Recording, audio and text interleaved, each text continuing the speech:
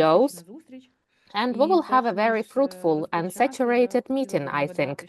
So before we start, let me remind you a few organizational points. First of all, I think that all of you remember that we have the simultaneous interpretation function. Today we will have speakers who will speak in English and Ukrainian. To choose Ukrainian or English, feel free to choose the necessary channel in the Zoom panel below, and technical support manager sent you the instructions how to do that. Apart from that, please introduce yourself in the chat. I want to thank colleagues who have already done that. It's necessary for us to stay in touch with you, to add you to the minutes of the meeting, and so that together with other colleagues would have your contact information so that we'd have a chance to contact you if needed.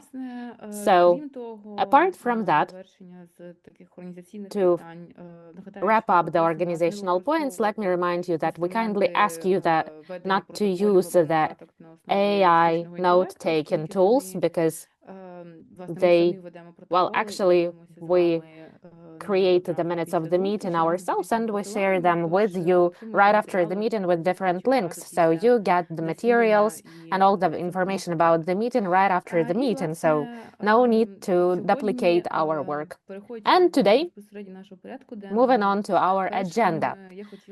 First of all, I'd like to give the floor to the organization ARQ International and Saara, who's joined us today. And I think a lot of you know Saara because you had Zooms with her when we had the initiative that Saara will share more about today. And it's dedicated to running interviews with different organizations, the members of the technical working group. And today we'd like to show you the part of the report which was issued as a result of this research to share how different aspects related to referral were shown in the results of the research, what member organizations said about it. Saara, over to you. Thank you so much for taking your time to join us today. Hi, Katerina. Thank you so much for the introduction.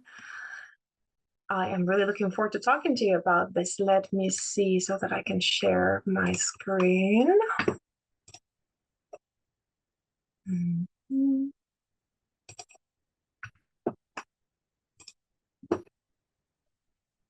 Now, just a moment.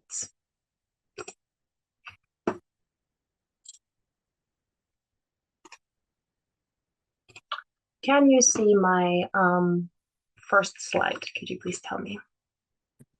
Yeah, we were able to see it, but now we actually can't. I think it's exited from the full screen. Ooh, you cannot see it at all? Yeah, no, we just kind of see the PowerPoint kind of general view. Oh, okay. No, that's all right. Then let me do it. I will look at my notes in another, and I'll do the full screen for you. There we go. This should be better for you then, I think. Yeah, thanks. Perfect. So my name is Saara Martinmäki. I'm indeed from ARQ International, and I will be looking a little bit into what came out from this mapping report, specifically about the referral pathways. So just a little background. Again, we have worked with partners in Ukraine for more than 10 years, and we focus really a lot on capacity strengthening, staff care, and also things like research and evaluation. This mapping was a collaboration with WHO Ukraine, and we worked a lot with different NGOs, different partners. I've talked to a lot of you, so thank you for your time as part of this mapping. And I know we presented more on this already in the past, so I will not go into any details about how and why and when, but I will link to the full report at the end for those who may still want to read it. So there were many themes that came up, but today we're only going to look at the referral systems. I looked at what we reported, and I actually even went back to the interviews to kind of refresh myself about some of the in-depth points, and I think I found a few interesting key points. So first, across organizations, we very clearly heard that there are two main referral approaches. So one being the UN interagency referral system built on case management model. And in this system, of course, referrals are made in a coordinated manner, the process is documented, and also there's follow-up to ensure service provision. And the second and far more common method was informal referral networks. So here, organizations would really redirect beneficiaries through, for example, phone calls, personal contacts, or sometimes through just providing essentially contact information of other services. And these referrals, they are more often undocumented and lack structured follow-up. And although both systems exist, in practice, this formal interagency form a model was rarely the one being used based on the interviews that we had.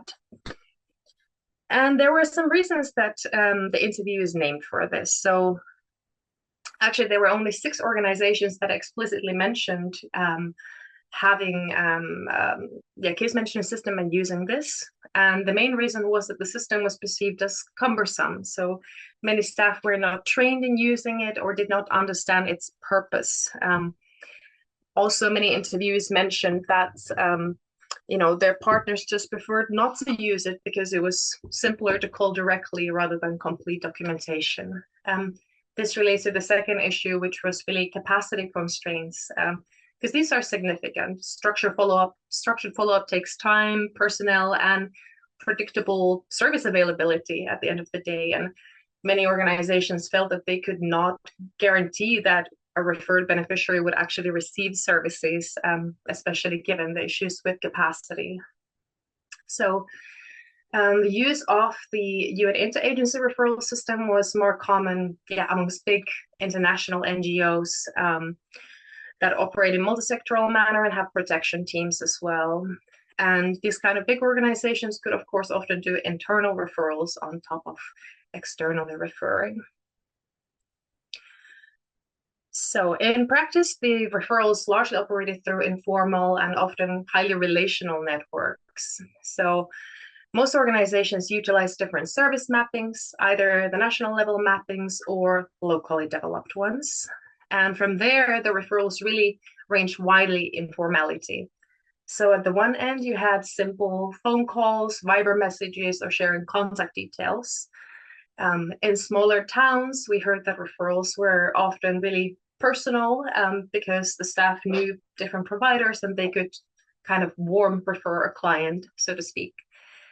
And in some cases, organizations actually signed memorandums of understanding to formalize cooperation with other NGOs.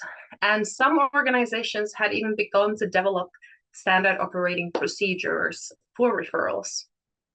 So what we heard a lot was this practice of warm referrals, so introducing beneficiaries directly to a known contact or even helping book in appointments rather than sending them to an unknown service.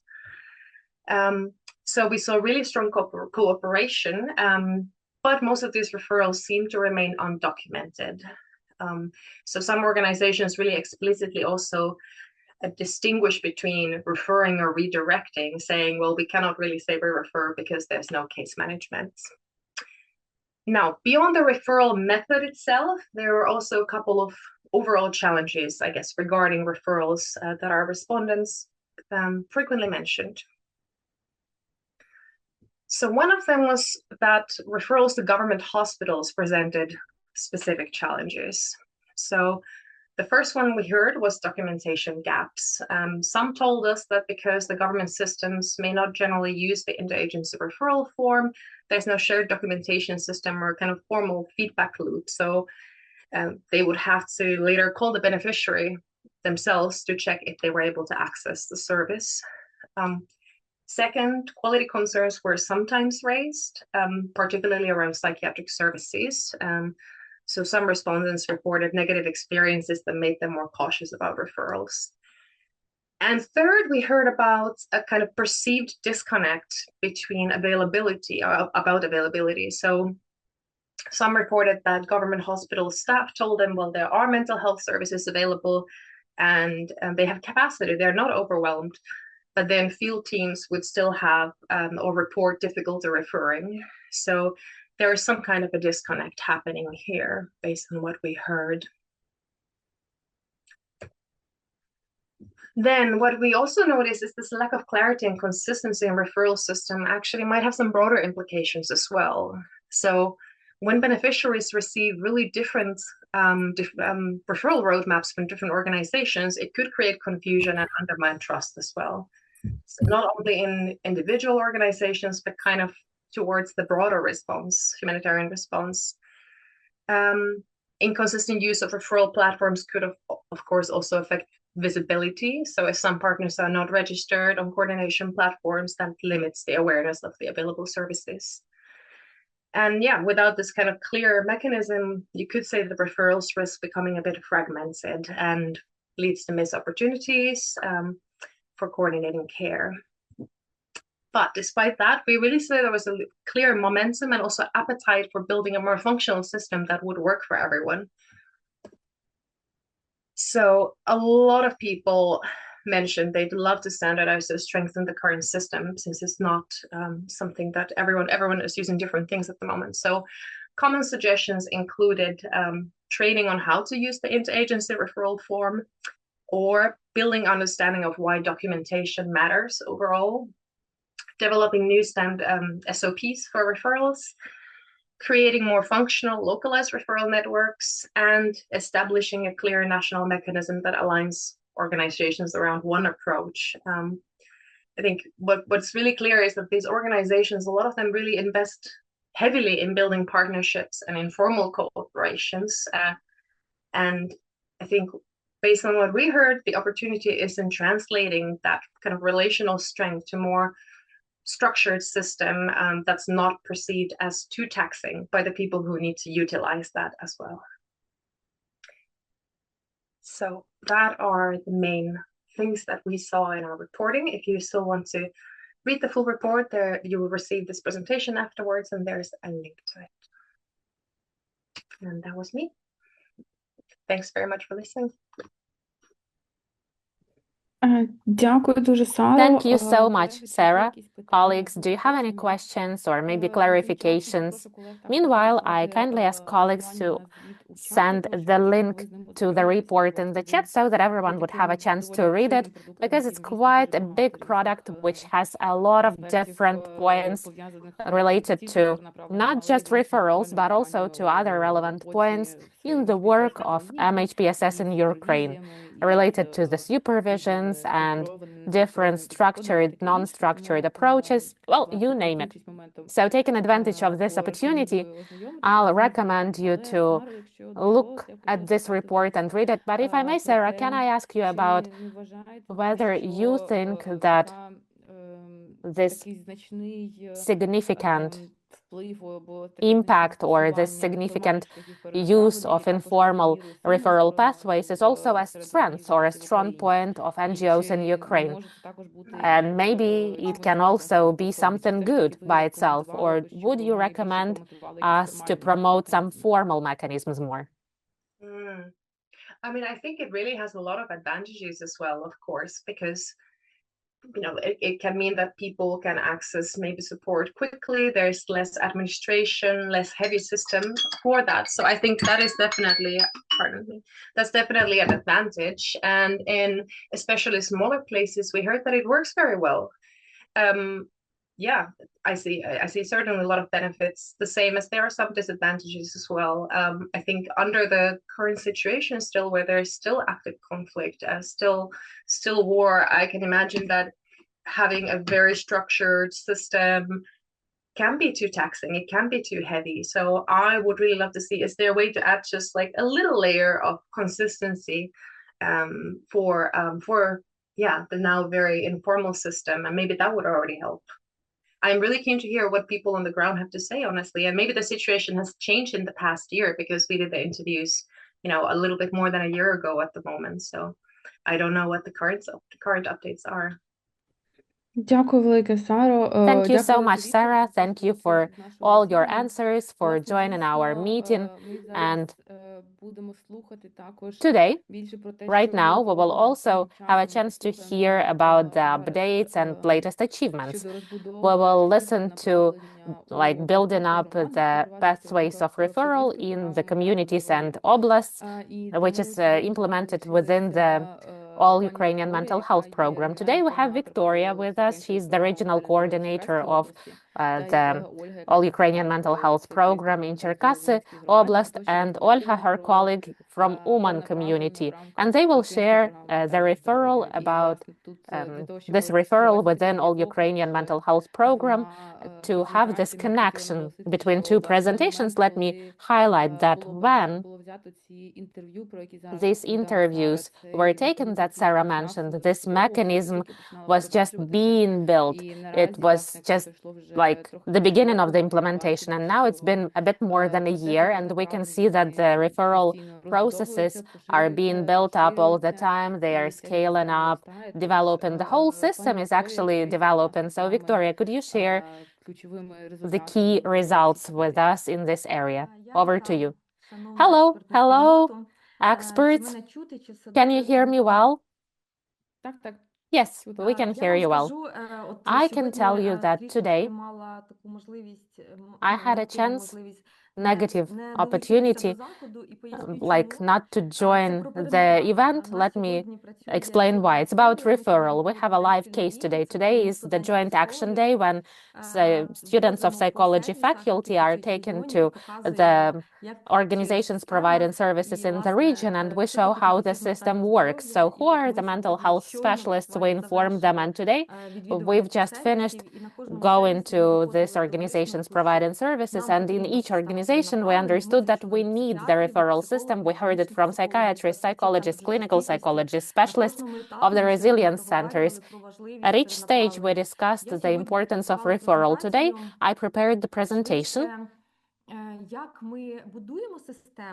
and I will tell you how we build the system and all the pitfalls that you cannot see. Because when we speak about referral, usually the concept that we understand is that it's something important, something that has to work to benefit people, to benefit beneficiaries. But what is behind all these processes? Today, I would like to demonstrate you using the scheme, and you will see what is behind our referral processes and what steps we took, because we are somewhere in the very beginning. I cannot say that we've perfectly built up the system, but for sure I can say where we're going, and I will be looking forward to hearing your feedback, comments, or suggestions, what can be improved. So next slide, I will kindly ask you, because I don't have a chance to share the presentation myself. When we speak about the transformation of mental health system in our region and in Ukraine, we speak about this highlighting foundation, the legislation, legal acts, regulatory acts, and you know how important it is. So the point that we already have the law on mental health in Ukraine that stimulates us, and the service providers are also incentivized and motivated to provide high quality service and to be very professional regardless what services we're talking about. I will not say more details about the importance of this mental health law, but I also can say that we also have such regulatory documents we're working on in the region. Of course, this is the regional action plan within the national concept of mental health, which was worked on and that will be active until 2030. And this action plan works till 2026. And we engage everyone on the national, regional, and community levels. It's important to have this three-level approach to the system. And we also have a separate regional MHPSS working group, and we often have meetings with the support of the representatives of the National Technical Working Group. I want to thank for that, because this symbiosis and this support, well, as a coordinator, I definitely understand the importance of it, but it helps me show the importance of the system for our service providers, like how important it is to provide these services to the final beneficiary. No matter how well we build the system, how much we understand this direction, but if the psychologist in the resilience center or in the clinical hospital doesn't understand that, then what system are we talking about and what high quality services could be provided? So this direction is really important.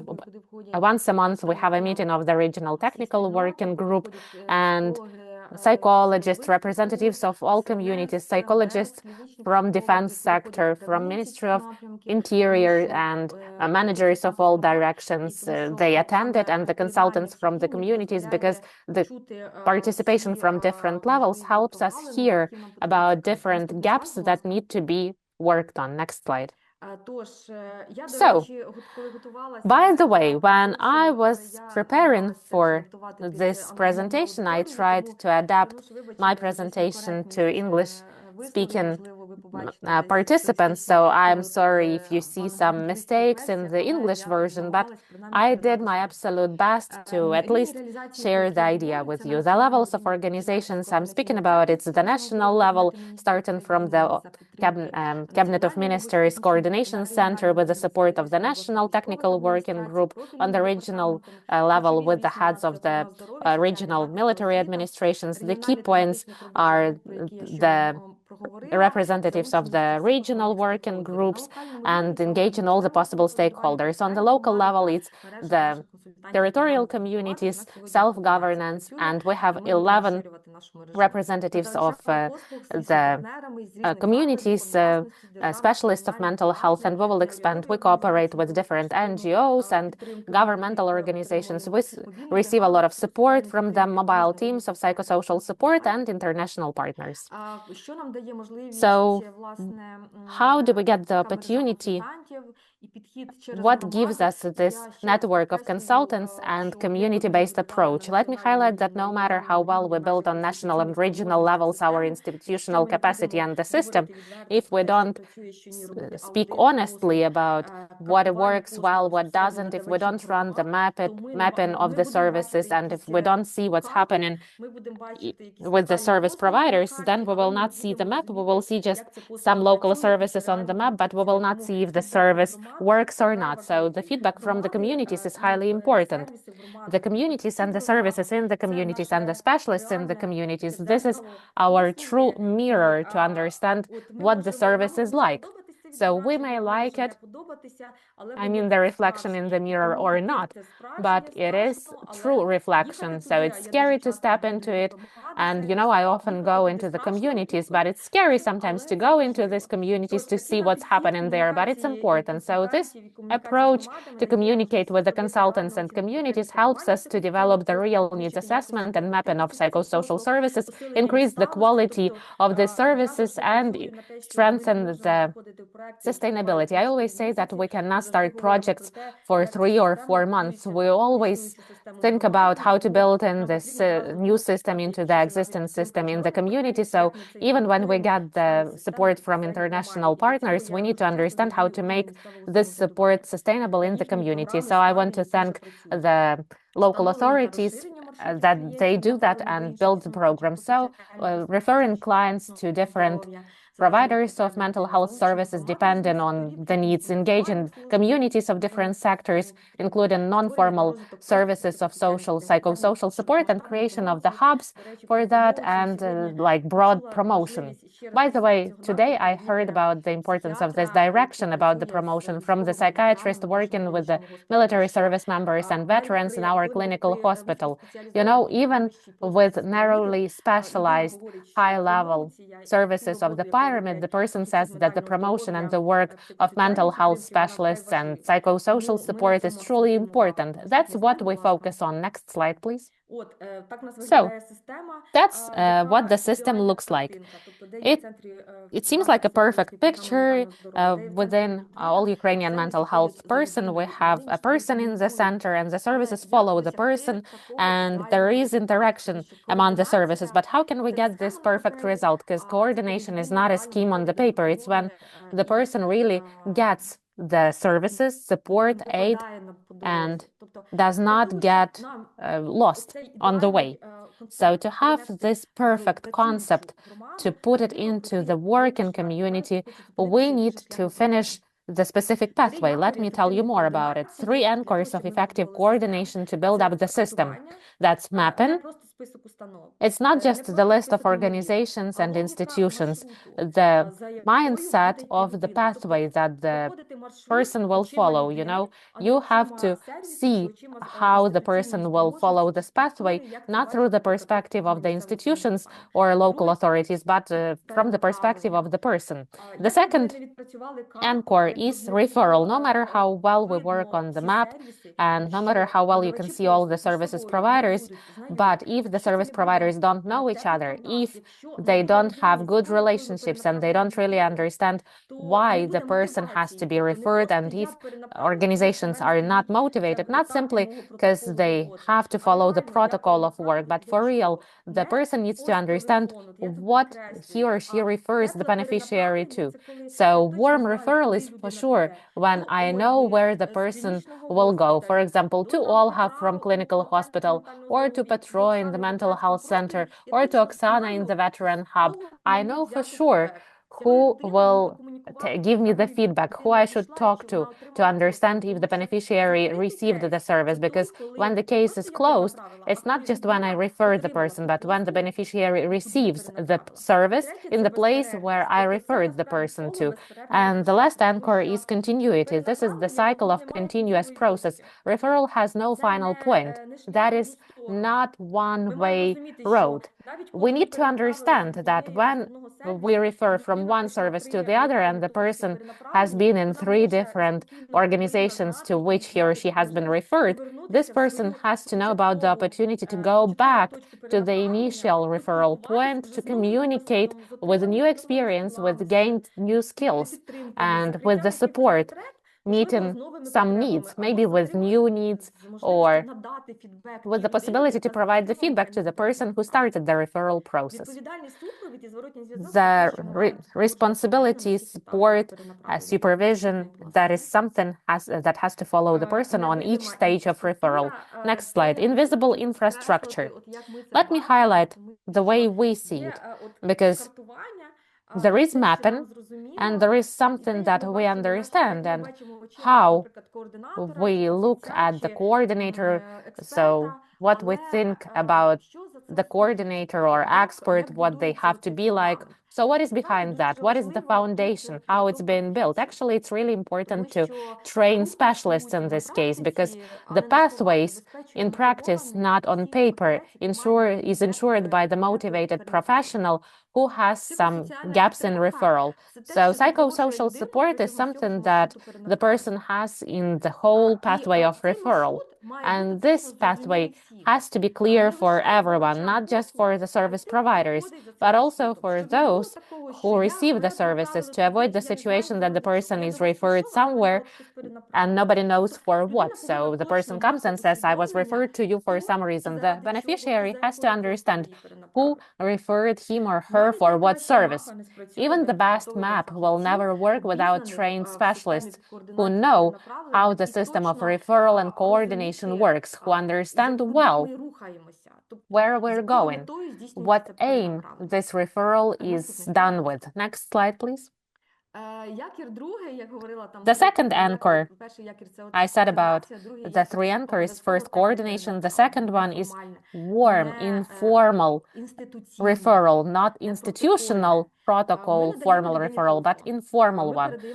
We give the person a phone number, we share the pathway, and the person knows who he or she is going to and with what aim. We need to provide the explanation why the person is referred, to what specialist. If there is stigmatization, for example, if we speak about the referral following the pyramid to the specialized services, psychiatric services. Today I asked psychologist a question. The psychologist works in the mental health center at the cluster hospital. And I asked this question: how do you refer your clients to psychiatrists if you see that there is the need? And do you face resistance from the people? So this is what she told me. All the time we communicate with our psychiatrists. So they have this interdisciplinary team. And all the time we choose the right words. Like, for example, we worked with you. Why don't you give a chance to the other specialist? No one will force you to take medications. No one will push you to say something you don't want. So here we work as a team, and it's really important to hear the opinions of every specialist. So this teamwork environment, that it's not like some psychiatrist that you have to go to in like the other hospital, or you have to register. Well, this safe referral circle helps to reduce stigmatization. Then consent. Of course, we cannot refer the person without that person's consent. It doesn't work like that. And even if we don't have the consent, let's say we have the formal consent, but we do not see emotional consent. I mean, if the person shows resistance, it's better for the specialist the person trusts to invite this patient to one more session, refer to own secondary consultation. And only then the specialist has to provide suggestions to refer to the other specialist. Maybe the situation will change. Maybe the person will need to change this emotional request. Maybe the person needs to adapt to the fact that he or she needs a different specialist. So it's not necessary to follow the referral pathway. You can refer to yourself, and then after the second session or more, continue the pathway. Specificity. All of us know, working in the system, that every single decision we make for achieving the goal, you have to have the validated and specific goal, measurable, to know how to take the first step. Do not come whenever you want. Do not say so. Do not say call whenever. Give the person this impetus, this motivation, this non-violence kind guiding. When the person, I know for sure how our psychologists work. So for sure, when you give a choice to come or not, to continue working, usually the person activates resistance, stigmatization, lack of desire to leave the comfort zone, lack of trust to the specialist. The person may make a decision that he or she will do it one day, but not today. But if we use non-violence communication and offer the specific measurable timelines and contact information, then it's the first step, and it's important. And brief follow-up to understand if the person received the services. So this is what I mentioned from the very beginning, that we need to stay in touch with the service providers of the organization that we refer the person to. Next slide. So the third anchor that holds up the whole coordination system, it's continuity and indicators. So responsibility and support. Let me highlight over and over again that non-institutional, non-formal approach is also important. When you put the meaning into the referral, when the person who is holding on to this referral chain as or pathway, as if this person is referred along the invisible rope or chain of referral. So the person feels that he or she is not off the track. So there is a special track that the specialists use to refer the person, and this person feels safe this way, not left all alone. Nobody says that you should go somewhere, not clear for what. It's important for the person to know that he or she receives the service here and then over there. Then feedback. We need to exchange information if the person received the services or not. That's truly important. New indicators. So how many visits? Right now, we understand that institutional services are provided, and they are provided in the municipal state institutions. And of course, they have their own KPI of service delivery. Usually, that's the number of visits and sessions. So I always encourage you not to take only the quantitative, but also qualitative indicators and close the cases. And we remember that the case is closed only when the beneficiary received the end service. So we need to understand how many persons received the service, not just how many people are referred and provided consultations to, but how many people received actually the services and finished the pathway. This is the right KPI, and responsibility not for the first communication, but the result throughout of the pathway. Since the pathway starts from me, I have to understand that my responsibility is not just to provide high quality service here and now, but also to control the efficacy of the pathway that we've built. Next slide, please. To have this perfect picture, the old approach, here is the contact information of the psychologist in the employment center or center of mental health, that doesn't work. It works when you actually support the person throughout the way, not just when you give a paper business card, but when you actually do not break this continuity of the pathway and the person feels continuity throughout the whole pathway of service provision. Next slide. 4 practical steps to have the functioning referral system.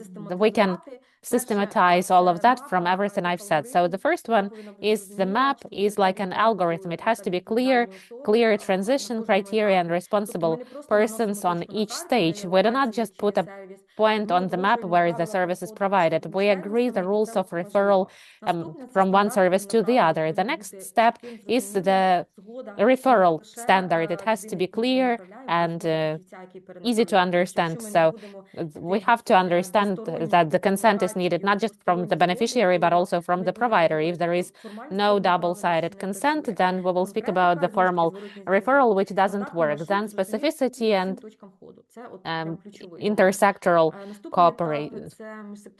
So next is intersectoral joint training of service providers in the MHPSS area, case analysis and supervision, to give a chance for service providers to get to know each other better, to open up their potential so that all of them would know how to refer people to whom refer persons within informal referral system. We have to organize joint trainings and joint case discussions where we discuss successful and non-successful referral cases. And even the best map will not work without specialists. And step 4, metrics without bureaucracy. I mentioned that over and over again, but here it's important to say that this referral process has to be continuous. Here you can briefly see how the quantitative system works. Like right now we have 300 service providers out of 1,600 that were offered, and we put them on the map because these 300 really provide the services, and it's not just a place where you can come, but you can actually get a service. 1,900 mental health professionals from social sector, veteran support sector, psychologists, clinical psychologists, psychotherapists, and even if we take away one of the components, for example, we remove the specialist providing support to the veterans, but we keep everyone else, then the system of referral will not work because there is the area of responsibility and the directions which can be worked on by only specific specialists. So not to lose people, we need to understand that the person may not have the opportunity to drop out of the system. If every single specialist works in his area, then more than 10,000 other professionals involved in providing MHPSS services, 683 GPs providing mental health services because they finished MH gap, 75 psychiatrists, 62 veteran spaces, 19 resilience centers, 12 multidisciplinary teams. All these specialists, they finished 1,300 MHPSS trainings, 50 MHPSS trainers, 150 trainings, self-help plus for the specialists, 8 spaces of psychosocial support. We opened with the support of Save the Children, where actually psychologists and specialists work with children, and we have 8 mental health centers in cluster and super cluster hospitals, which signed contracts with NHSU. And I will go back to the map. You can see the flags over here on the map when we started implementing the program and we didn't have the services. We had 1/3 of the specialists, 1/3 of the communities, were red. It means that there was no psychologist or no service provided in that community. And we reached the specific indicator that all the regions right now have the psychologists and provide psychological services. But right now we're are working on the quality of the services. So blue flags they mean that the services are provided there, but we're working on the fact so that all the system we've talked about would be the responsibility of the communities, would not be just in the presentation, and so that it would be a clear pathway. So right now I'd like, next slide, it's the final one. So right now I'd like to give the floor to Olha Pidlubna. Olha, are you here with us? So for sure, she is somewhere in the hospital using the phone to be in this meeting, supporting the veterans. So she will share how the system worked in real life in one of the service organizations of Uman community. Thank you for your attention. Feel free to ask questions.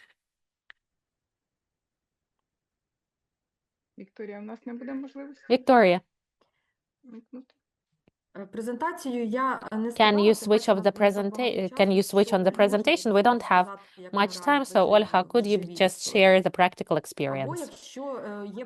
Or if it's needed, I can share the presentation with Katarina. As you say, taking into account the fact that we will have a lot of other speakers, let's skip the presentation. Please share the practical experience.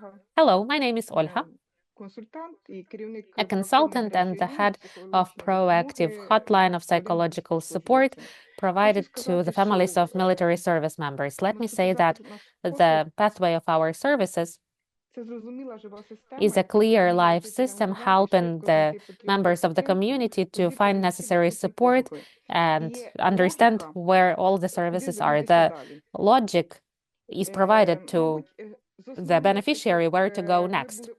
So we were one of the first communities implementing, adapting this pathway.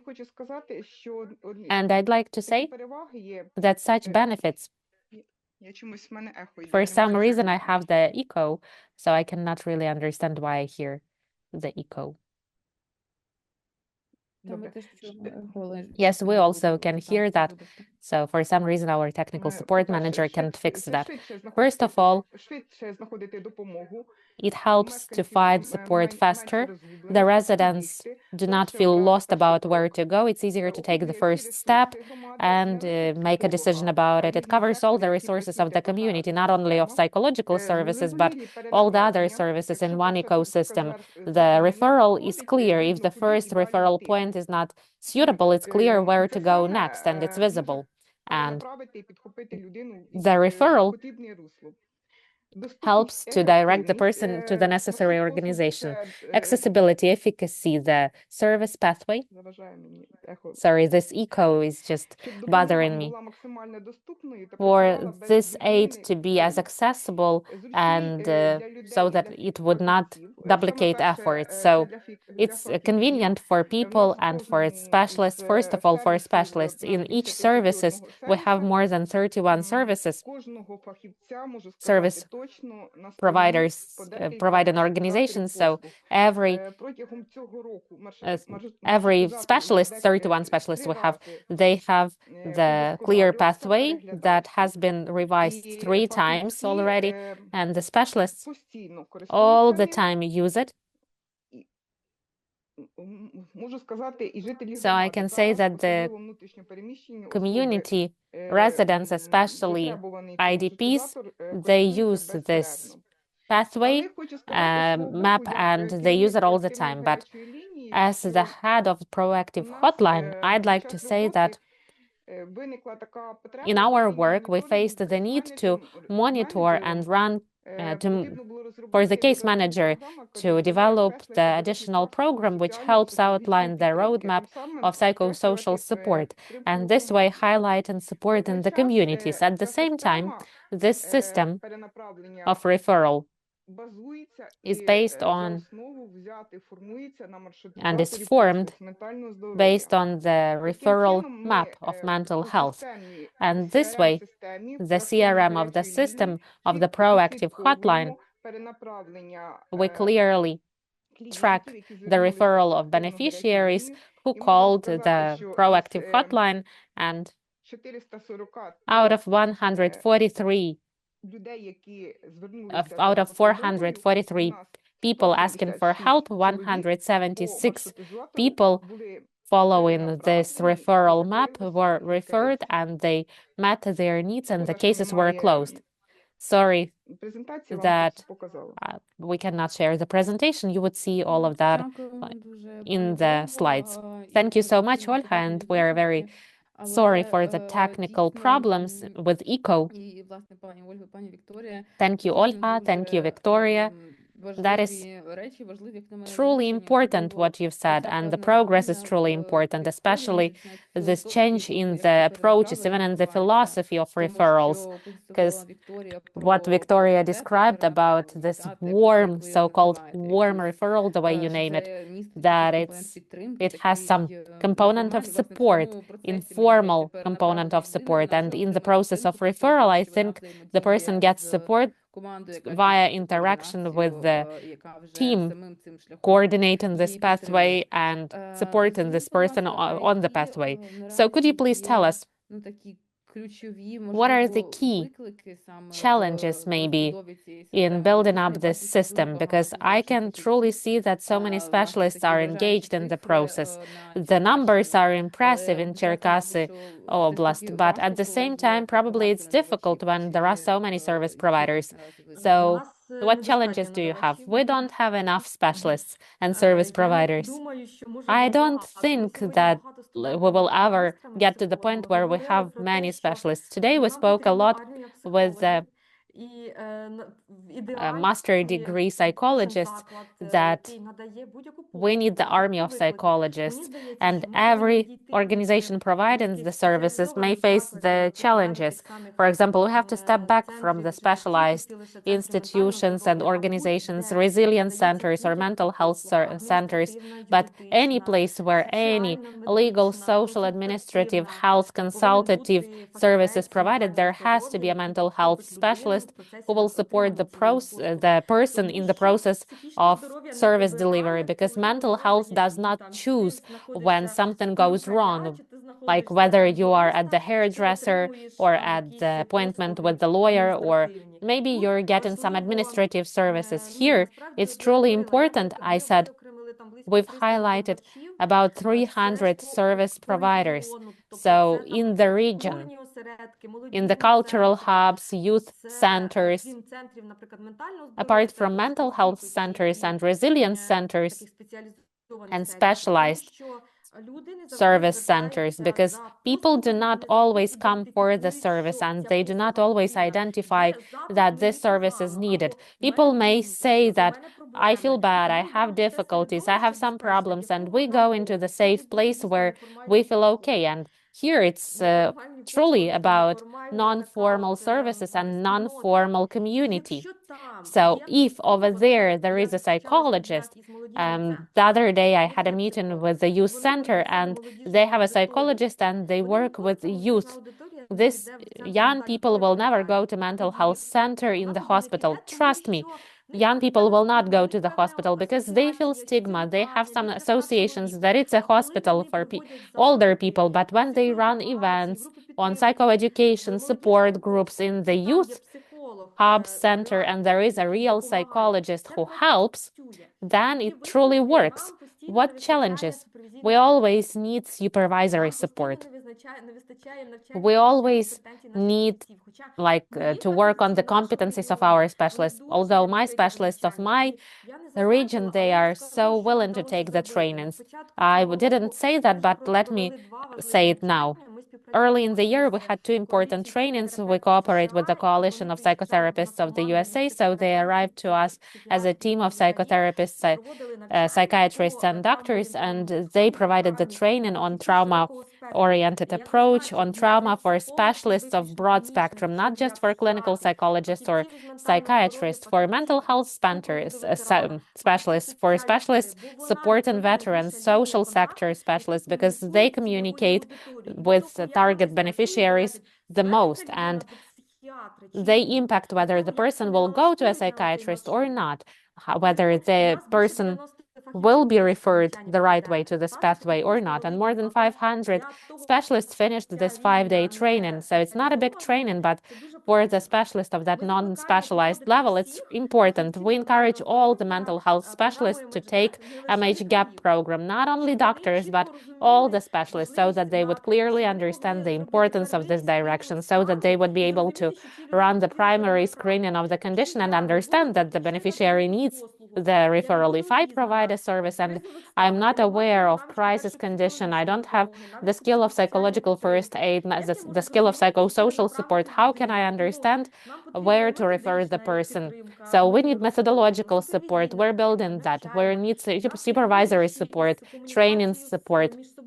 We have the difficulty related to the interaction of different service organizations. So we're just in the very beginning. It's not even the middle. We face a lot of challenges that we cope with. And right now we're working on master degree students, psychologists, so that psychology faculty master degree students would have this inner core and trust to their knowledge to go into that area, because when they graduate, they have the degree, but they are scared to work with the veterans and the wives of the heroes who died, with IDPs, with crisis conditions. So we need to support them, and we need to develop their belief in themselves, and the supportive environment is truly important. For me, the supported environment for specialists is truly important. I mean, if we do not support ourselves, our own specialists, then who will be the foundation of the system? It won't work otherwise. Thank you. Also, I'd like to say that our scientists from the university ran the monitoring, and over the last half a year, we've identified out of all the visits we had 443 requests on psychological, mental health services, benefits for food, social benefits and discounts for different aid, the pension on disability, social support, employment, the organization and procurement of gifts, humanitarian aid. All of these people were referred and they found their way using the referral map. By the way, I would like to say that it's important to understand that as specialists who are in our own environment, we may not understand that the person may have the need in the service, I mean MHPSS service, but the person may say about some other need. So it's important to be able to pack this process of meeting the need of psychosocial support and mental health when we help the person meet other needs. And this is the bridge we're building with people. Just think about the village community. It's not the city of Uman, any village, rural community. So the community, in this community, the person knows he or she feels bad, but when this person talks to a neighbor or a friend, no one will speak about the emotional condition because the person doesn't even have the necessary awareness level. The person will use the usual words to explain some household social problems. So helping the person identify the needs and meet these needs, we can say that the specialists of mental health may enter and work with that person. Thank you. Thank you so much, Viktoriia. Thank you, Olha. It's truly important to share all these insights. And for sure, there are so many valuable shifts in case management, in referral, in building up the whole networks. Thank you so much for taking your time to join us today and sharing all of that. But also today, right now, we will follow our agenda, and one of the points of feedback that we received from you from previous meetings is that everyone wants to hear a lot of practical cases and what is happening on the site, on site. So considering what we can do in different communities, how we can work in different communities, how to integrate practical cases. Polina, I can see a raised hand. Do you have a question? Yes, if I may, a brief question. Hello, colleagues. Polina Halahan, UNDP. Viktoriia, thank you. Olha, thank you.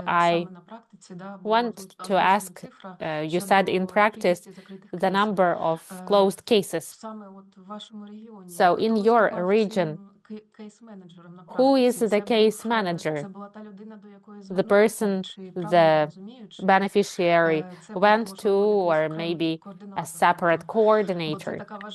It's an important role, case manager. That is cross-cutting, touching different professions. So it's interesting to know how it can, how your successful region that implemented this case management. It's interesting to know what was it like in your region. Пані Ольго, мікрофон, мабуть, вимкнений. Olha, please unmute yourself. Ми беремо участь у пілотному проєкті We take part in a pilot project, proactive hotline of psychological support. We have a separate specialist case manager who develops a form, who develops the map of referral and tracks the number of closed cases. It's truly important right now. Thank you, that's clear. So the entry point is the hotline, right? And there is a case manager. No, like our case manager is also in the employment directorate, and the people come to like different institutions like employment or others, and we register all the cases. Thank you. So I encourage colleagues to communicate with the regional coordinators of All-Ukrainian mental health program, with the consultants in the communities, so that we'd actually have this contact between governmental, non-governmental sectors, so that we would have this connection between our organizations that are in the technical working group and the existing coordination system. Since truly a lot of work is being done and we achieve a lot of results, progress, so it's important for the representatives of NGOs to be aware of that and join where needed. Okay, moving on to other practical cases and aspects related to work with communities. We also wanted to invite today the resilience centers to share information how the referral process is going in the social sector within the implementation of psychological interventions. So today I'm happy to welcome Liudmyla. She is a psychologist of the Resilience Center of Solotvinska community, and to share the experience of referral and how the center works. Liudmyla, thank you. Over to you. Hello. Thank you so much for the invitation. It's a great honor to be in this meeting.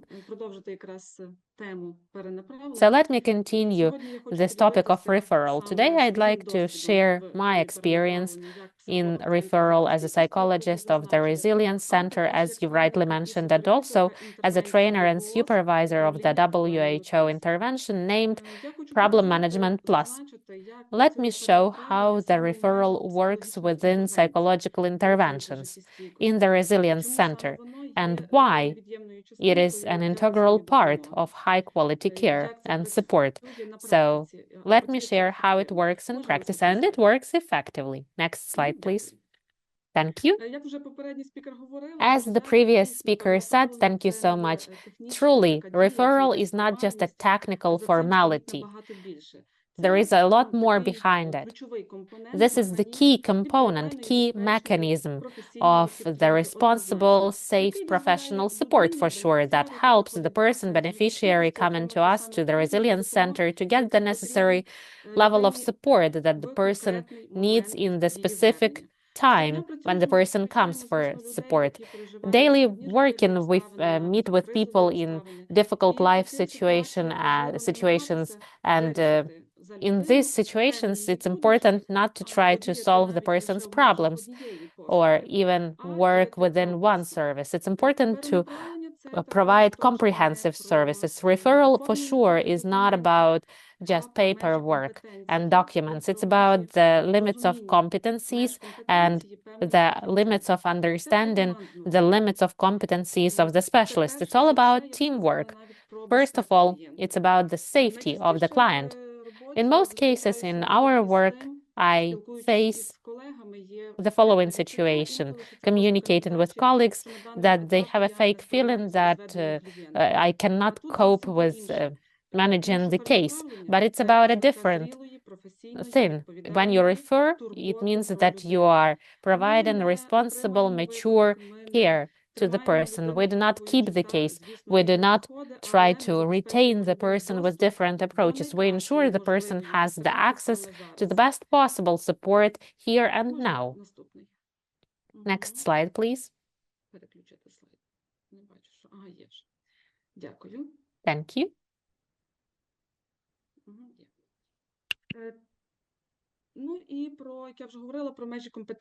And about limits of competencies of psychologists. It's important to say that the Resilience Center does not provide specialized support on mental health.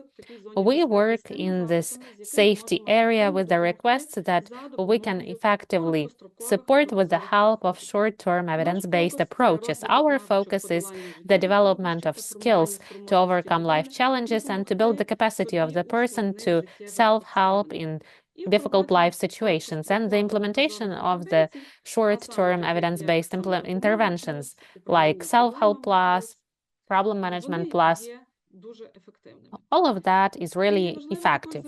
It's also worth saying that we work as a team, not as specialists on our own. So, of course, we have the head of the center, psychologist, specialist of social work, and social manager. Like the number of psychologists and social managers depends on communities. So, team format is the foundation for professionalism. When the team has interaction, then of course the referral is of higher quality. And teamwork ensures no mistakes are made or fewer of them, and it ensures the pathway of support for the client is of high quality. So how does this pathway start for people who come to the Resilience Center? Next slide. So here you can see the support pathway. When the client comes to the Resilience Center, very often clients come on their own. It's important to say that from the moment I've been implemented in the Resilience Center, the psychological intervention named PM Plus, Problem Management Plus as a consultant and as a facilitator of Self-Help Plus, of course, sometimes people come because they heard something, they saw something, and sometimes the word of mouth also works. When people hear that someone got supported to get the skills which help them solve some life challenges, and they come to receive the psychological intervention and to have some qualitative indicators of improvement in their life. So also, following the people may come following the recommendation of the neighbors, relatives, maybe social workers refer to the Resilience Center, child protection services, police officers, education specialists, healthcare workers may refer to us, to the Resilience Center.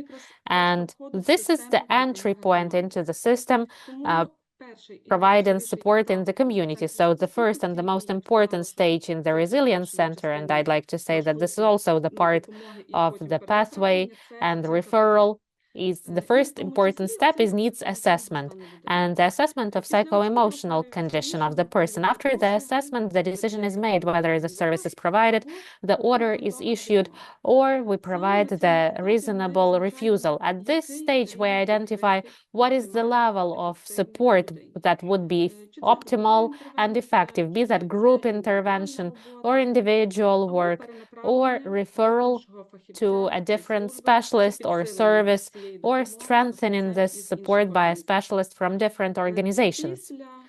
Right after the decision is made, we sign the agreement and we make an individual plan. Of course, it is being discussed with the beneficiary at that moment.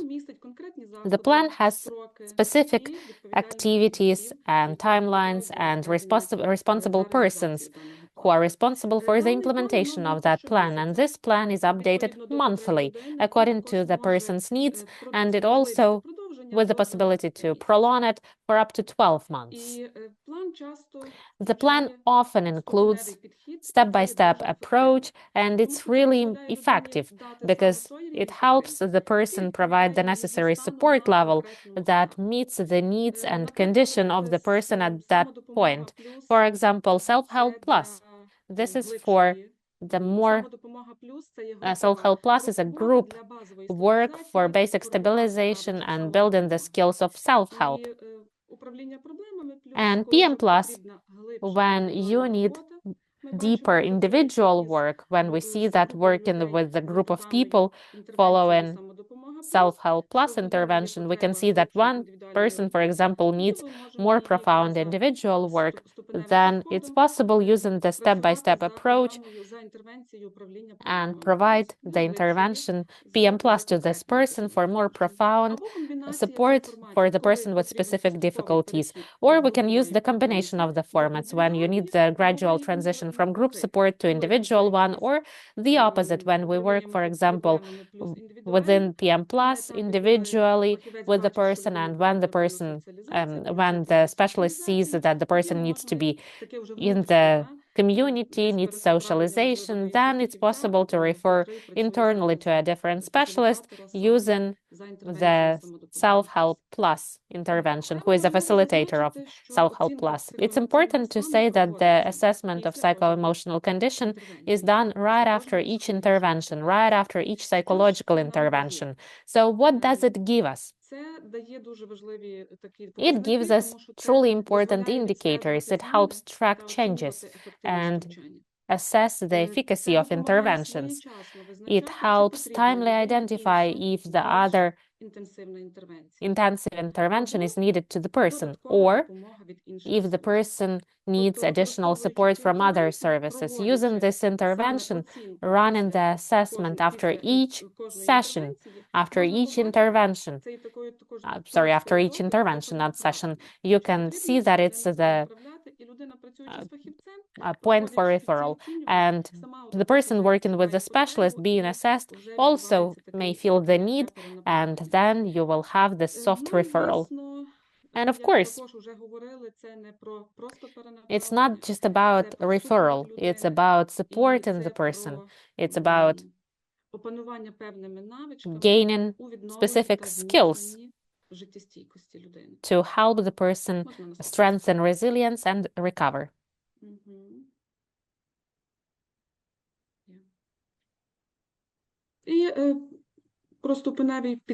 Now about step-by-step approach. Let me dive deep into it. It's important because efficacy and strength is about being able to build right, safe, timely support pathway using step-by-step approach. Within this approach, we suggest different types of support. Group interventions, for example, Self-Help Plus, as I earlier said, it helps stabilize psycho-emotional condition, and it provides functioning simple skills of self-help. It doesn't help solve a problem, it helps gain the skills of self-help. Individual interventions, PM Plus, and it provides personalized support. And it's important that within working on the intervention PM Plus, in the 4th session, you may have the need to refer the person to the necessary services so that they would help them solve practical life difficulties. It's not just about referring to the healthcare facilities or like psychiatrists. It's about legal organizations, social organizations, employment service, and other services which may be helpful and may help effectively manage the client's case and help the client solve life difficulties. And it's possible to combine these formats. At the same time, we realize that not always, the intervention or any other type of support provided, or even when we refer the person the client to a different specialist. We stay in touch with the client because it's about professional regulation and integral part of high-quality care. And this step-by-step approach in the Resilience Center really helps see this picture, fully helps with referral, and helps to improve the quality care of and the services in the Resilience Center. Next slide, please. For the referral to be of high quality, we have this three-party interaction. As I said, and previous speakers, it's not about just delegating the case. It's about thought-through professional support. For the referral to be effective, each resilience center has to have the updated map of the resources in the community, which is verified, whether the contact information is valid, whether the services operate, maybe specialists changed. That's why this map is always updated. And the principle of three-party interaction means that the specialist creates the referral if it's decided and the client gives consent. Of course, you have to get the consent from the client, and then you have the 3 copies of that for sure. And you contact the organization that will provide the service to the client. You agree with the client the feedback format, how the feedback will be provided, and you inform the client that, of course, the feedback will be within confidentiality, and then you will have this three-party feedback. We communicate complying with the principle of confidentiality, and we support the contact with the service provider organization and out of the communication process with the client if needed. So in general, it's about the self-help network in the community, and the quality support depends on how the whole system works in the community. Social services, resilience centers, any education service, any service in the community. If there is great interaction, then of course the referral process will be effective. Sometimes the situation is like that the client does not agree to a referral. There are different cases, so as specialists, we respect the right of the client to refuse. The client is the one who makes the decision. Of course, there are some cases when there are some protocols when it may bring danger to the life of the client. So each service, just like the resilience center, follows the protocol. If there is a refusal, then the client submits the application and we make the decision to stop this support, and the client anyway gets the contact of alternative services, and the services can always be provided to the client if the client needs that. So the client can come to the Resilience Center to get the services if needed. And if, okay, next slide. So if the client was referred to us by Child Protection Service and we referred the client to other organization or strengthened our support with other organizations, then we informed Child Protection Service, referring the client to us, that we also engaged other organizations so that they would be aware, not lose the person and see the pathway, so that we wouldn't interrupt as a resilience center this pathway, and so that all the organizations helping the client would see this referral pathway. And now it's important to say that the psychological intervention or interventions, like it strengthens the work of the Resilience Center workers. So if, for example, I work and this intervention is the entry point to understand if the referral or strengthening is needed, not just in the beginning, but at each stage of work.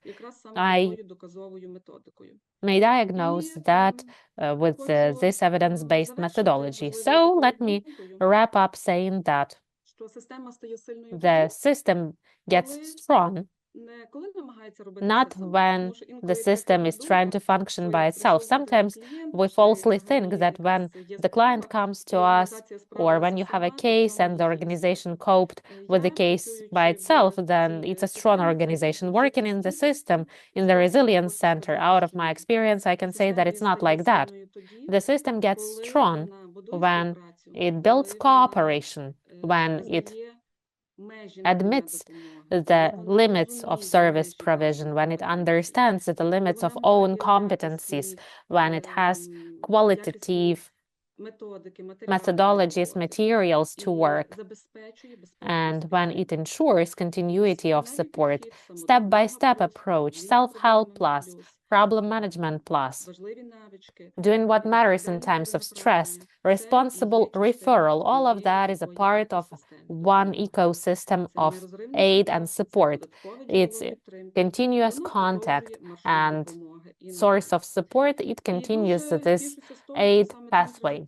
And it makes me happy to say that resilience centers can be the stabilizing core which helps the person not to get lost in the system and to be a part of this referral pathway. So I want to express my sincere gratitude to the World Health Organization that you strengthened the provision of high-quality services to the beneficiaries of the resilience centers, providing psychological interventions to us, because they truly show us where to go, and how to work with the client. So I can see a lot of results about it. I communicate with my colleagues, and they say that it is very functioning, practical, and evidence-based. So now we have something to rely on, and it helps develop confidence that what I'm doing is right. Thank you so much. Thanks to the WHO, I want to say that it's important to have specialists using such psychological interventions in each resilience center and institutions providing support to people. Thank you. Thank you, Liudmyla. Thank you for sharing truly valuable points on how the step-by-step approach is being implemented, because you can read a lot about it online and you can learn a lot about it if, of course, you want to do that. But at the same time, I think that this practical experience is highly valuable, because thanks to such presentations and speeches like yours, we can learn more about the practical aspects. I can also see a raised hand of Volodymyr. Over to you. A question or comment, please unmute yourself. Hello, everyone.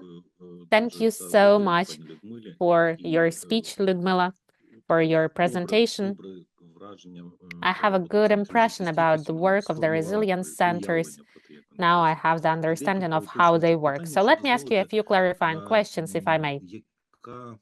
What team of the resilience center? What is the team? How may it vary? How many specialists, workers are there? How many people can come and ask for help? So could you please explain the so-called capacity of the resilience center and what workload it can work with and cope with? What groups do you work with mostly? Teenagers, youth, elderly people? Out of your perspective and experience, could you share that? And do mental health centers also work as centers to which you refer, or in the critical cases when the specialized psychiatric support is needed, do you refer to the psychiatric hospitals which are specialized on that more? Thank you for the question, Volodymyr. It's all individual. It all depends on the community. Let me start at first about the team of the resilience centers. As I said, it's the head of the center, social manager, and the number of psychologists and social workers depends on the number of residents in the community. So who comes to us? It depends, even in different periods of time. 1 month, one audience may dominate, in the other months, other, but people come often, systemically. Sometimes the person comes not one time, but many times. So if we speak about our community, who comes to us the most? Wives of military service members come to us the most, and the wives of military service members who died, and wives and relatives and families of those who are the prisoners of war. Also, very often, lately, more and more often, veterans come to us. We have IDPs who also come to us. And you know, I'm proud to say that my Resilience Center has been working for more than 2 years. Right now, we've built the work well, and young people come to us as well. We've created the Youth Advisory Council, where they have a place to meet and implement something. So it's also a challenge for them, because for them they see the challenge that is the future. Their future is not certain for them, and with the help of our activities they gain the skills how to manage this future uncertainty.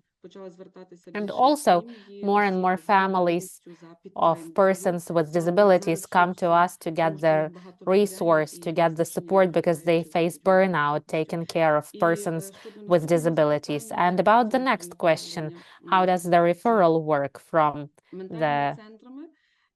us to the mental health center? It makes me happy to say that we've built this interaction effectively. Of course, we also contact the GPs or family doctors of families who contacted us. Sometimes parents or the mother contacts us, but it's important to contact the family doctor because they ask for positive parenting, and maybe it's important to refer for the services for a child so that the mother would not come on her own. There are so many different referral cases. Then we talk to the family doctor of the family, and then we decide where geographically easier it is to refer, because of course the family may have to pay to get somewhere, maybe where it's closer to get psychiatric services in the local hospital or in the mental health center. So we need to take into account the capacity of the client, how long can the person leave the home for. But since there is this choice, there are options.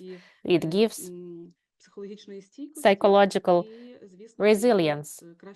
And of course, it gives a better result. Thank you. Did I manage to answer your question, Volodymyr? Yes, very well. Thank you, Liudmyla.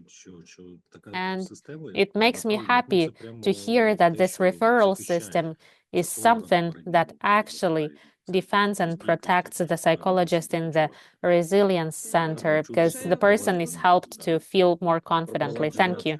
Now I'd like to hear more about the implementation of the scalable interventions.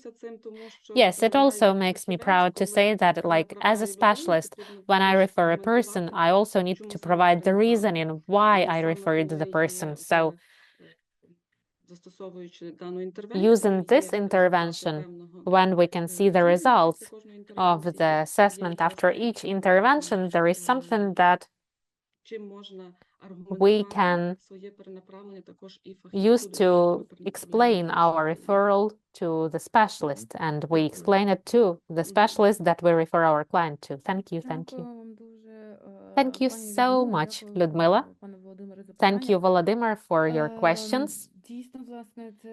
Really, as I said, this is truly valuable experience that's been worked on in Ukraine, and we have so many different components that we can share. We have the experience which we gained and we can share, and it can be even taken into the international practice. Liudmyla, thank you so much for sharing this experience with us, and thank you for taking your time to join our meeting.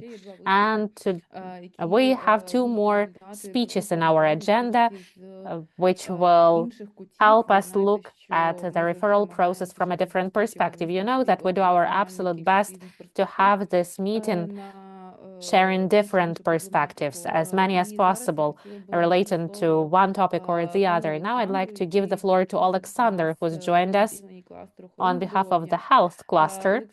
Alexander, we invited you today to our meeting to discuss and to learn more from you about the experience, how the health cluster is building up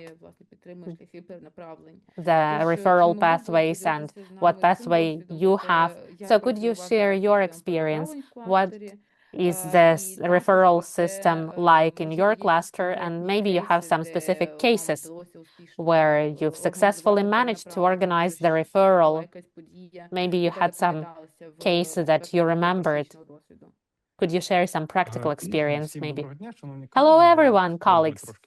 Okay, as I see it, we are falling behind the agenda, so I'll try to be brief and share just the most important points. Actually, humanitarian response has a bit more limitations. What's been discussed today is important, but our main work and objective is to ensure that people have equal access to the services and so that people would understand what services are available. So it's all about building the capacity of the system of mental health.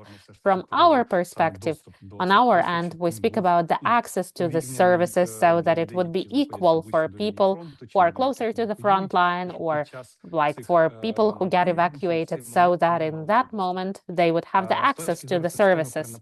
In terms of the referral system and pathway, first of all, our meetings happen every 2 weeks. The partners of health cluster have more frequent meetings, so there are a lot of field points that teams may share and discuss.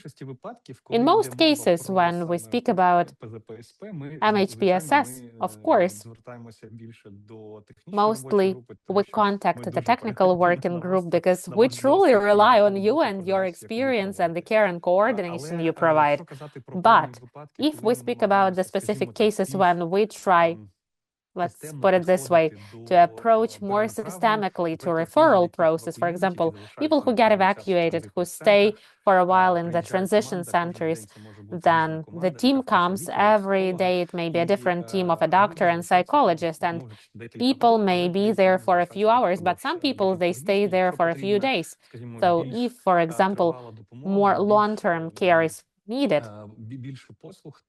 and the person needs more services, than the team that is working there today with that client will share the information with the team tomorrow. This schedule is there so that you wouldn't need to write the email to the cluster coordinator or doctor, so that the partners would have a chance to interact with each other directly. And then again, every 2 weeks, we have a meeting where we discuss referral in evacuation or some other points like referral in attacks,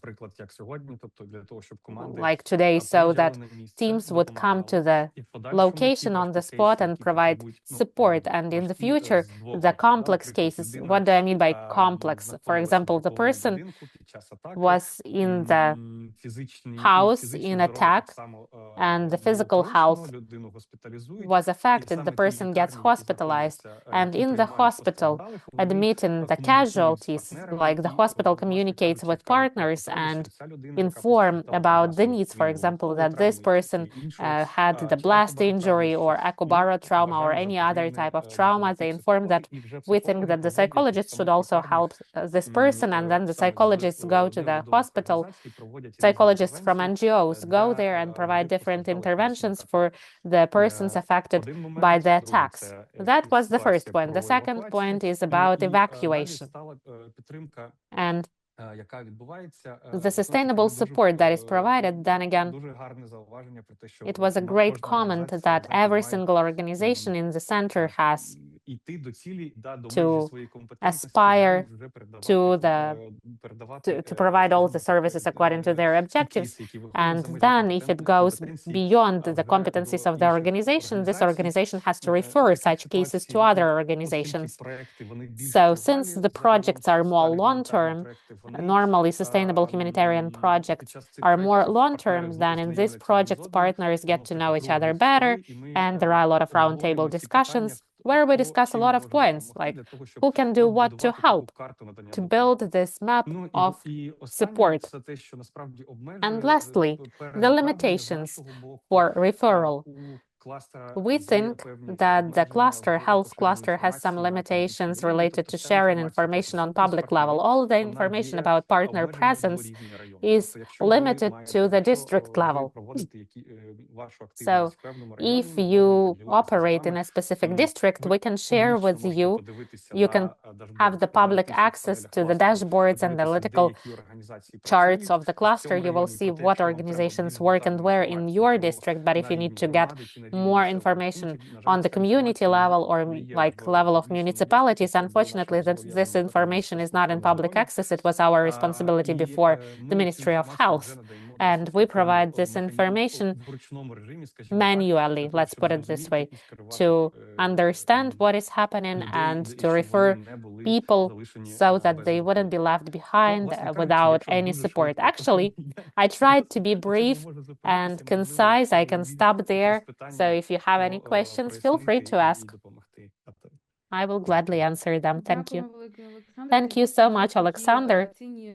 You really shared truly valuable points that health cluster works on, because a lot of activities implemented on the hub level, in the locations, a lot of work is not always visible, and you may not always be able to describe something or share something. So at times it may be a bit confusing, but I want to thank you for joining us today and highlighting all of that. It's really valuable. So within humanitarian response, we need to strengthen these referral pathways, help partners meet each other, provide enough space for people to exchange information, so that a person, I mean the final beneficiary, client or patient, depending on what organization you talk about, so that this person would get high quality needed services. So thank you so much for taking your time to join us, and thank you for our fruitful cooperation with the cluster. Thank you. I want to thank you too about that. Let me add as well about referral. When we discussed a humanitarian response plan from previous year, we worked on it for this year. From the health team, for example, they said in the plan we can see the activities, the coverage of beneficiaries, what basic interventions can be provided within the humanitarian response.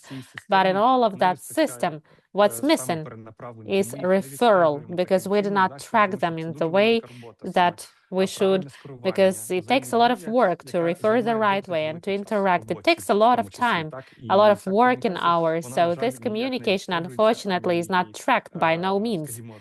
So neither when the grant application is submitted, you cannot write in your project that we will spend this number of hours to create the vacancies for people who will work on referral. That's why the humanitarian team of the country was informed about that. So I do hope that maybe jointly we'll develop a plan so that this work would be taken into account, because it's really very hard, thorough work. Thank you for your attention. Thank you, Alexander. Colleagues, so if there are no questions to Alexander, let's move on to our final presentation, and let me comment and explain why it's final, because I think that it's really important experience. We'll listen to the presentation from the Ukrainian Foundation of Public Health about the experience of the organization in referral. It is so good to have Halina Skipalska today with us, who is the Deputy Director. Sorry, not Deputy Director, Executive Director, CEO of the foundation. So this experience we listened to will integrate everything in this final speech, because health right and the activity of the Ukrainian Foundation of Public Health, it has a lot of different components, like social, health components. That's why we want to thank Halina on behalf of us as a group. We want to thank you for joining us today to share your experience of the organization, and so that we would follow the time, and the floor is yours. Thank you for being with us. Thank you, Katarina. I hope you can hear me well. I don't have the electricity, so I had disconnected, then I got connected. Let me share the presentation. Let me share my slides. So I was waiting for all the other presentations to finish to share my important points that will be interesting to hear, in my opinion, to all the participants of the meeting. First of all, let me say that in my presentation, I had a few thoughts that Ukrainian Foundation of Public Health and Health International from 2005, sorry, bad connection. Alena, sorry, the presentation is not shared. If you don't have the electricity, let me share the presentation. In 2008, when we started working in Ukraine, in 2005, health right, back then we spoke about referral, and Ukraine already has great experience of the implementation of referrals and the system of countering and supporting people who live with HIV and people who use substances. Back then in 2005, 2008, next slide, please. Back then, this referral work and activity, the connection is being interrupted from the speaker. No connection on the speaker's side.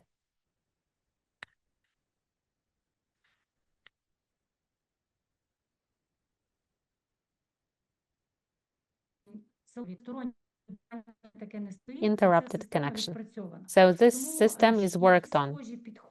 So some similar approaches focus on the improvement of life quality of our beneficiaries, patients, or clients.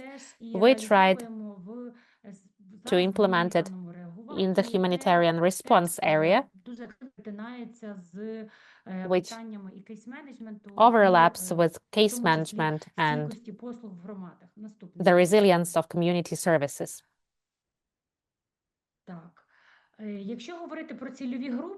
If we speak about the target groups or audiences, it really makes sense after the speech about humanitarian areas of work. Let me share our target audiences: women, children, IDPs, GBV survivors, then conflict-related sexual violence survivors, and persons after occupation or freed from captivity, or those who were the prisoners of war, and also their family members. For our organization, the entry points for the clients are the governmental partners, state partners, because our services, they do not come out of nowhere. They come out of the needs in the communities and in tight cooperation with the local executive authorities, self-governance.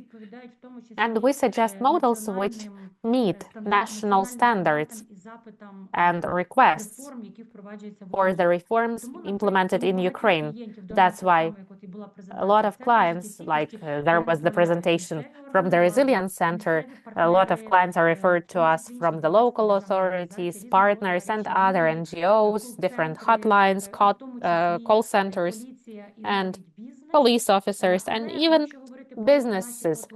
And if we speak about our services, how clients use our services, they open Safe Human Hub online platform and multidisciplinary teams working in different parts of the country with different humanitarian organizations, and you can find the client and bring the service closer to the beneficiary. We have the social apartments or shelters for women with children. We also have the resilience centers. This is the entry point, and Barna house centers. I listened to the presentation. They also said about Barnahus, and they also provide the support to children affected by the war, and they effectively cooperate with the system of psychological and psychiatric support. And also we receive referrals from the local authorities and in general authorities and partner organizations. Our beneficiaries always have comprehensive needs: psychological traumas, PTSD, anxiety disorders, psychosomatics, and usually our clients come to us with social and legal requests, not with mental health. So as a protection service provider, our beneficiaries or clients, as we name them, they come to us with social and legal requests first of all. Next slide, please. Briefly about the platform Safe Women Hub. This is an online platform where psychologists work who are trained, and there are a few clinicians, but this platform where the services are provided, mostly the services are psychological, but also social and legal. Just for your understanding, on this platform, we have thousands of requests, and about 800 of these requests are related to GBV or domestic violence, and about 138 survivors of conflict-related sexual violence. So this platform is a significant entry point for us, and it helps to understand what clients can be referred. The connection is interrupted, so let's wait for a minute for Halina. Maybe she'll be back.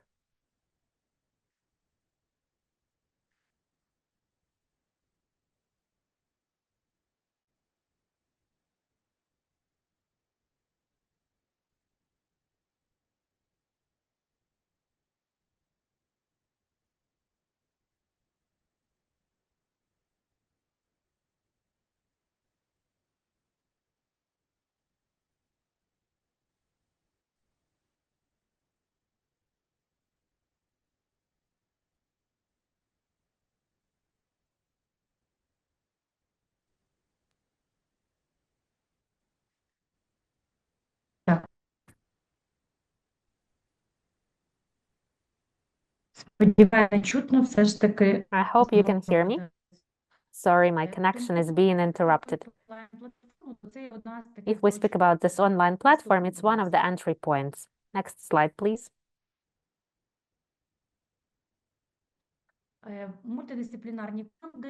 Multidisciplinary mobile teams, social apartments are the places. Multidisciplinary teams go to the places of compact residence, to evacuated people, to pre-frontline territories. And they offer humanitarian services, first of all, but they also provide psychosocial support in the communities. And if needed, they can take and refer the women and children to receive different services, and they can take them to the social apartment. Next slide, please.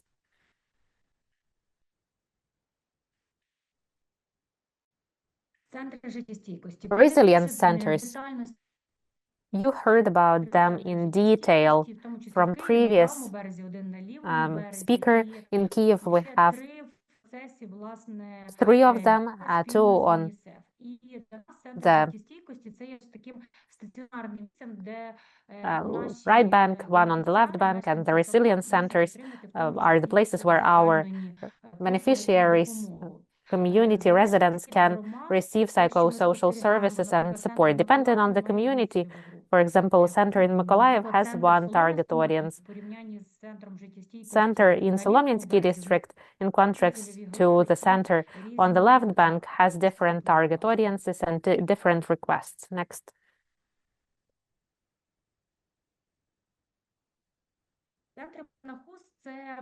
Barnahus centers protect children affected by the violence, and they are focused on child-friendly interviewing once or twice by trained psychologists in cooperation with interdisciplinary teams representing the juvenile police and prosecutors. But Barnahus Center is a place where we work and provide psychological services and follow-up to the family and the affected child or the child who witnessed the crime. Why do I highlight that? Because it's the new but really important intervention, and there are 15 centers like that, one in each region, and for them cooperation with the system of health is really important, the cooperation with social service. Also cooperation with governmental and non-governmental organizations and other specialists of the health system. This is truly important.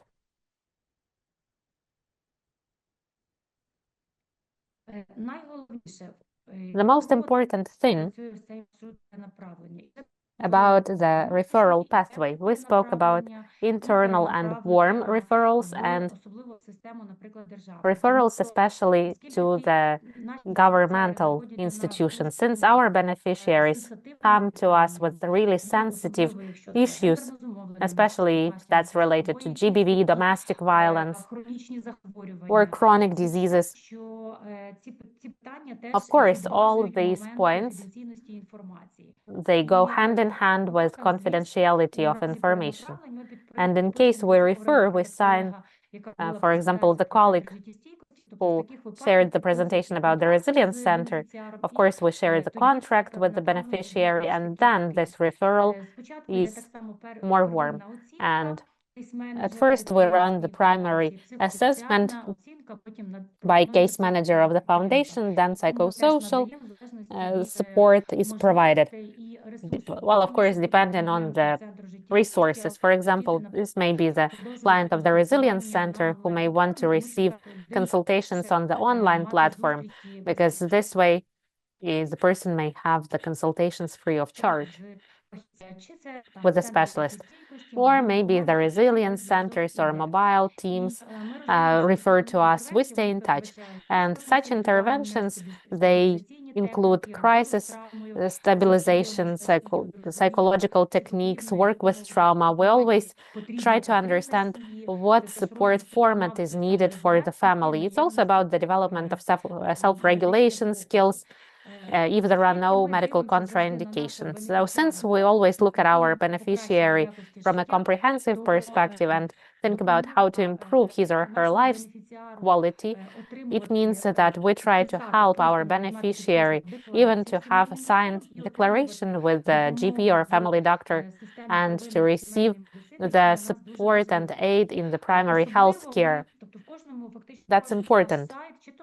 Almost every center, like mobile team or Barnahus or whatever direction we have, they have the contact with the primary healthcare level and the health system. So referral works here if there are some complaints like sleep problems or medication support needs or some chronic diseases, or maybe there are some complex traumas.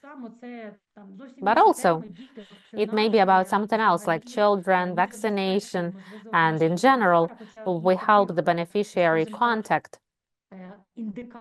Although, the indicators, because you said about the indicators of projects and humanitarian projects, we don't have such indicators, but for the situation, according to the primary assessment and case management, so that we'd be able to solve comprehensively the situation, it's important to sometimes refer the clients to the primary healthcare level service providers.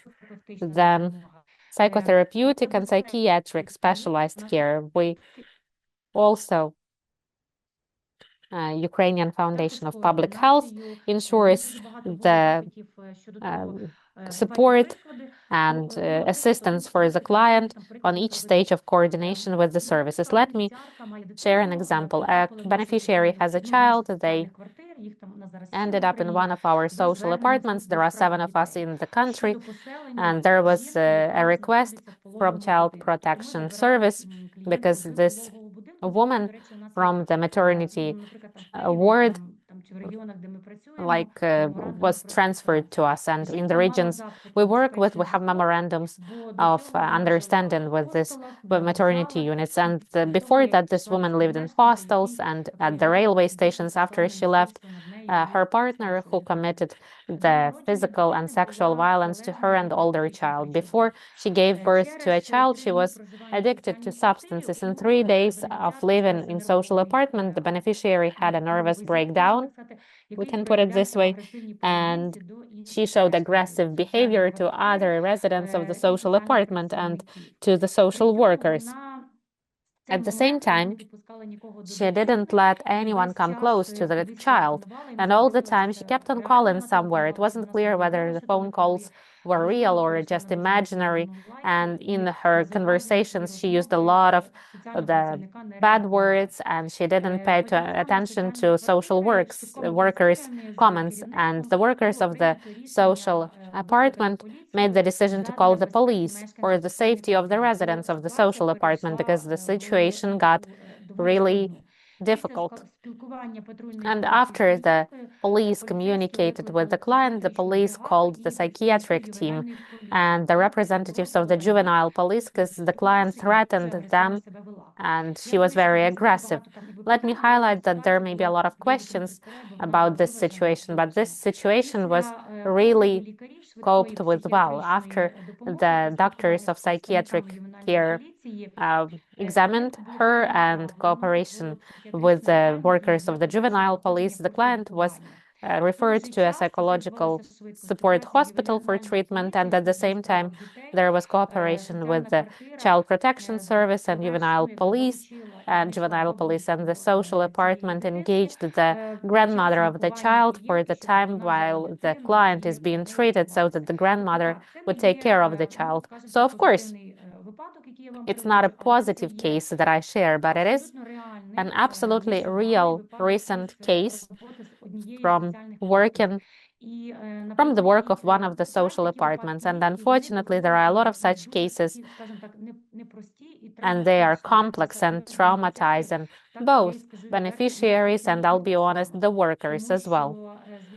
Because, of course, we want and we know that we work to improve the life quality. And here, the situations may happen like that. So without exacerbating and exaggerating the situation, let me say that it's not easy. When we speak about referrals, when it's just a referral, it's one thing. But if it's our patients, our beneficiaries who have difficult and profound traumas and who also need that treatment on the specialized psychiatric level, psychological level, then it would be impossible to work without referrals. About 2 months ago, in one of the resilience centers, we also had a situation when a person, after a very serious shelling, came there, and the workers of the community helped. The connection is being interrupted. So she used the green color disinfectant to spill it all over the workers of the organization. So of course, we understand that some situations may be related to stress, then these situations are dealt with differently. But at the same time, it means that the resilience centers, they have to work well with and cooperate with mental health centers and other organizations, with different health organizations. Next slide, please.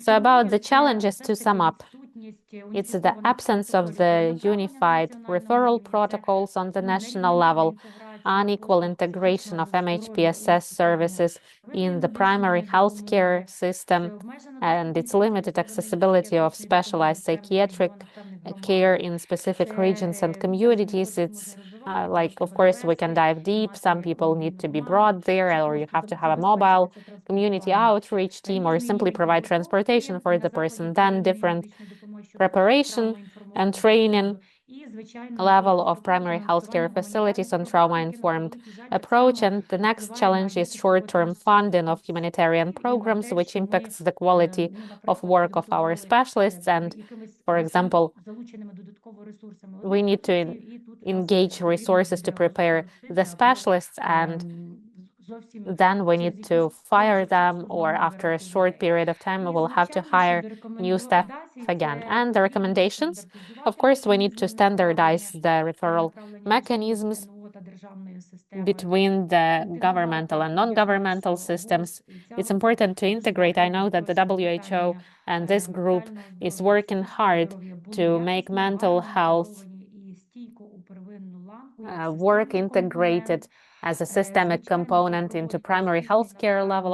Of course, it's important to have joint trainings for NGOs and primary healthcare facilities that provide the NGOs that provide psychological services or protection services, or those who work in the primary healthcare sector. So it's institutionalization of case management. We know that the Ministry of Social Policy is working on that. So it's important to ensure that recovery programs are funded for at least a year or two, where from the perspective of case management, we work on different cases of beneficiaries, because if you have just 6 month programs from different perspective, it would be very difficult to help a person. Next slide, please.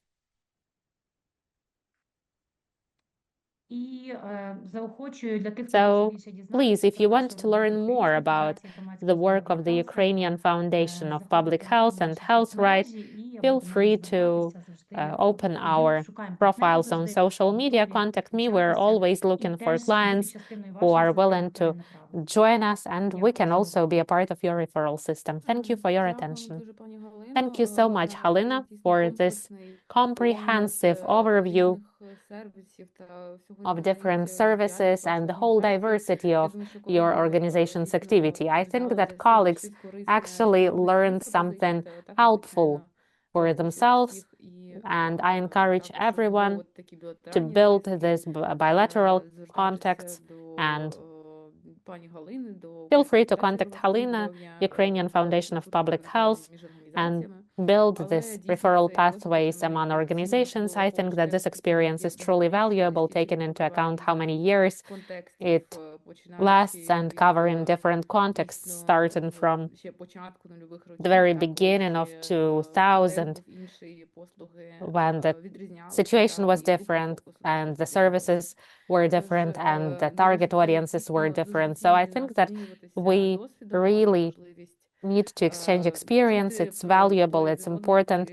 so that we'd have a chance to hear the stories of each other in different organizations and the development of referral pathways. And at that, I'd like to finish our meeting. I want to thank everyone for the active participation, that you joined us and that you spent this time with us in this meeting. You will get the recording and all the materials. We'll send them to your email and you can see it in the chat. So have a nice evening and see you in 2 weeks in the briefing format meeting. Take care and goodbye.